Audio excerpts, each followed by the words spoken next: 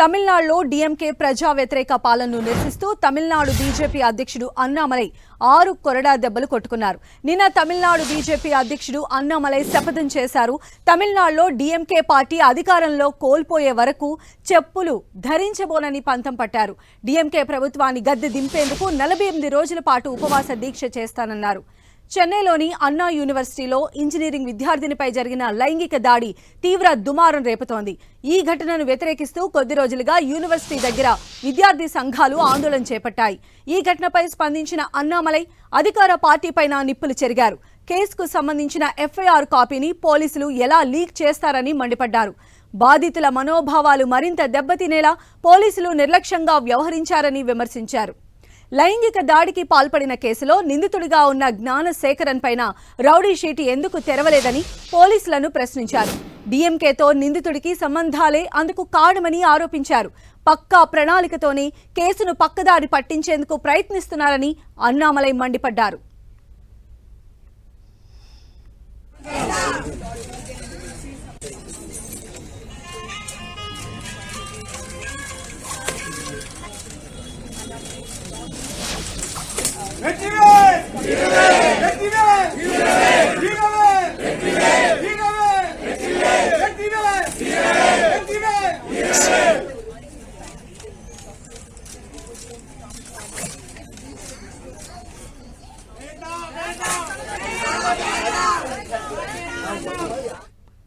తమిళనాడులో డీఎంకే ప్రజా వ్యతిరేక పాలనను నిరసిస్తూ తమిళనాడు బీజేపీ అధ్యక్షుడు అన్నామలై 6 కొరడా దెబ్బలు కొట్టుకున్నారు. ఆ విజువల్స్ మన 10 టీవీ స్క్రీన్ పైన చూడొచ్చు. నిన్న తమిళనాడు బీజేపీ అధ్యక్షుడు అన్నామలై శపథం చేశారు. తమిళనాడులో డీఎంకే పార్టీ అధికారం కోల్పోయే వరకు చెప్పులు ధరించబోనని పంతం పట్టారు.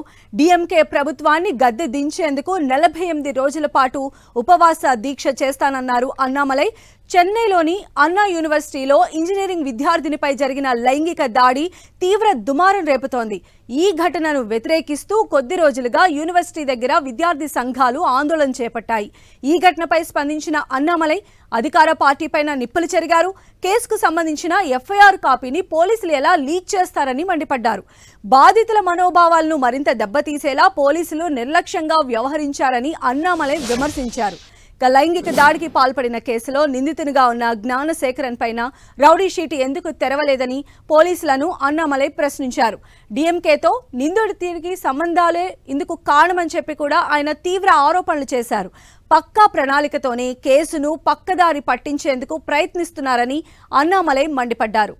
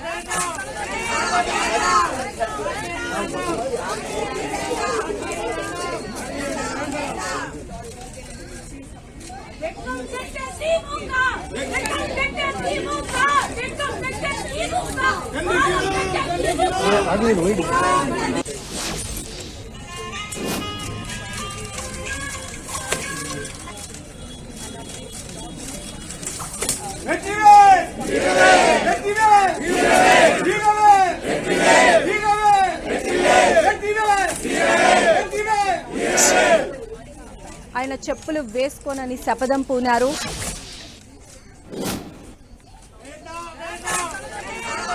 తమిళనాడు బీజేపీ నేత అన్నామలై కొరడాతో 5 సార్లు కొట్టుకొని తన నిరసనను తెలుపుతున్నటువంటి దృశ్యాలు మనం 10 టీవీ స్క్రీన్ పైన చూస్తూ ఉన్నాము.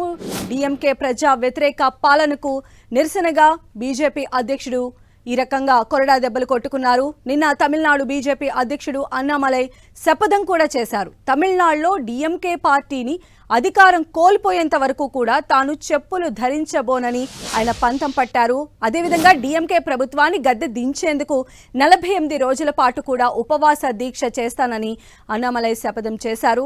చెన్నైలో అన్నా యూనివర్సిటీలో ఇంజనీరింగ్ విద్యార్థినిపై జరిగిన లైంగిక దాడి పైన ఆయన ఈ రకమైనటువంటి నిరసన వ్యక్తం చేస్తూ ఉన్నారు. గవర్నమెంట్ పైన ఈ ఘటనను ఆయన వ్యతిరేకిస్తూ కొద్ది రోజులుగా యూనివర్సిటీ దగ్గర ఇప్పటికే విద్యార్థి సంఘాలు ఆందోళన చేపట్టాయి. ఇదే ఘటనపైన అన్నామలై కూడా స్పందించారు. అధికార పార్టీ పైన నిప్పులు చెరిగారు. కేసుకు సంబంధించిన ఎఫ్ఐఆర్ కాపీని పోలీసులు ఎలా బయటకు లీక్ చేస్తారని కూడా ఆయన ఈ సందర్భంగా మండిపడ్డారు. బాధితుల మనోభావాలు మరింత దెబ్బతీసేలా పోలీసులు నిర్లక్ష్యంగా వ్యవహరించారని చెప్పి కూడా అన్నామలై విమర్శించిన పరిస్థితి ఉంది. అయితే లైంగిక దాడికి పాల్పడిన కేసులో నిందితుడిగా ఉన్నటువంటి జ్ఞానశేఖర్ అనేటువంటి వ్యక్తి పైన ఇప్పటి వరకు ఎందుకు రౌడీ షీట్ తెరవలేదని చెప్పి అన్నామలై పోలీసులను ప్రశ్నిస్తున్నారు. దీనికి కారణం డిఎంకేతో ఆ నిందితుడికి ఉన్నాయి సత్సంబంధాలు ఉన్నాయి, దాని వల్లనే అతనిపైన రౌడీ షీట్ ఓపెన్ చేయలేదని చెప్పి కూడా ఆయన అంటూ ఉన్నారు. పక్కా ప్రణాళికతోనే కేసును పక్కదారి పట్టించేందుకు పోలీసులు ప్రయత్నిస్తున్నారని అన్నామలై మండిపడ్డారు. ఈ నేపథ్యంలోనే డిఎంకే గవర్నమెంట్ దిగిపోవాలని చెప్పి ఆయన 48 గంటల పాటు ఉపవాసం చేస్తున్నారు. అదేవిధంగా గవర్నమెంట్ పడిపోయేంత వరకు కూడా తాను చెప్పులు వేసుకోనని శపథం పూనారు. తన నిరసనను బహిరంగంగా బయటకు వచ్చి కూడా 5 కొరడా దెబ్బల ద్వారా ఆయన తన నిరసనను వ్యక్తం చేశారు.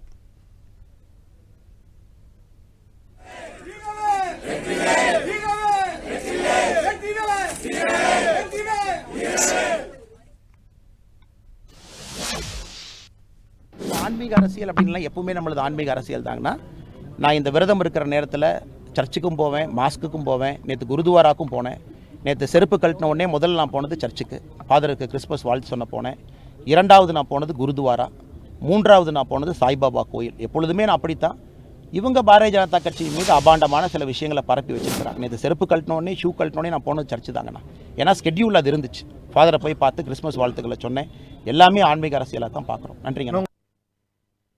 ஆன்மீக அரசியல் அப்படின்லாம் எப்பவுமே நம்மளது